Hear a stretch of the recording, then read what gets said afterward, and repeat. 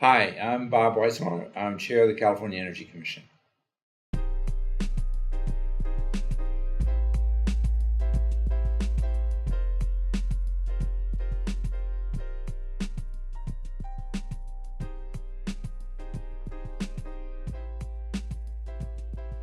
I was most affected going in this direction first by Joe Cerny, who was my thesis advisor in chemistry, and he really taught me how to be a scientist. And at the same time, I connected with John Holdren. I was one of John's first students, and John really taught me how to apply the scientific skills I had in energy and environment.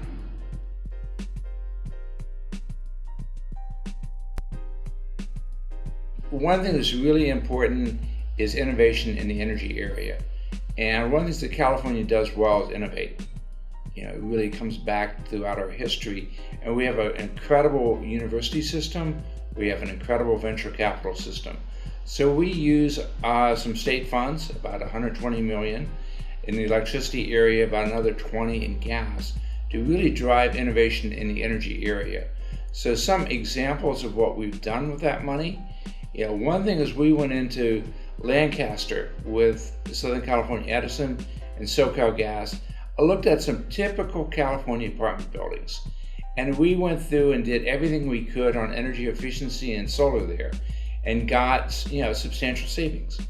And the other thing we've done is we've reached out basically to a tribe, and we put in a microgrid at one of their facilities, and right now it's a center for the American Red Cross in their area to provide reliable power during outages. And finally, we've really worked a lot with Zpryme to come up with ways to basically get us much cleaner gas trucks using hybrid technology, and really come up with great reductions in both the pollution from those and increasing the efficiency.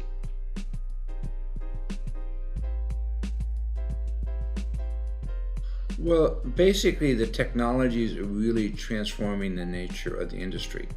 And, basically utilities can act as monopolies where there's real economies of scale that they can really provide the service cheaper. But with the technology transformations that are going on now, at this point, we're really going through a real sea change for the utilities. I think the utilities will more and more become wires companies. They will move power around, maybe from your house to other houses, but at the same time, all consumers now have opportunities. You could buy power by putting a solar system on your roof. Maybe your city is going to set up a community choice aggregation. Maybe there are any number of companies coming out saying, "Let us handle your energy system." So at this point, we're moving towards a system where all customers have choices on where their power is going to come from, and the utilities will serve much more as the enabler of that. But that's something where the technology is moving very fast, and it's really opening up those opportunities which would have been unthought of 20 years ago.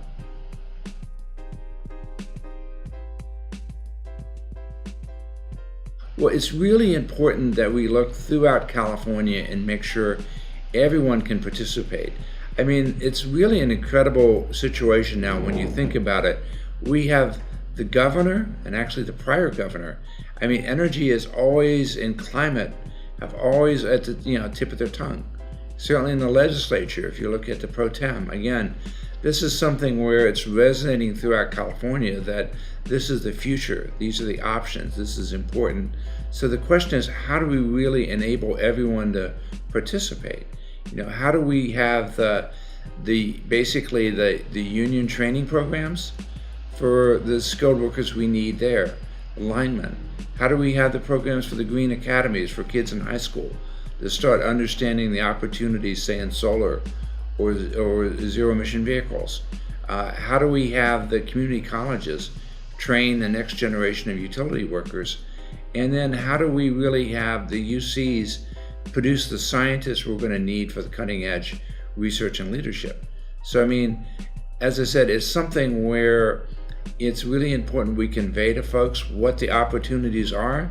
I remember just when I started at the commission, I was going into a Senate hearing, and basically they were talking about in Fresno, where on the one hand, because of the collapse of the building industry, there was very, very high unemployment.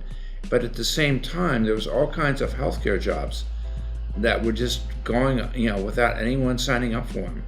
And, it was pretty clear that people needed training to go from the sorts of things they were doing on construction to the sorts of things we needed in healthcare. So again, it's really important we develop the workforce of tomorrow in energy, which is going to be certainly a much different skill mix than, say, what the type of training utility workers needed 20 years ago.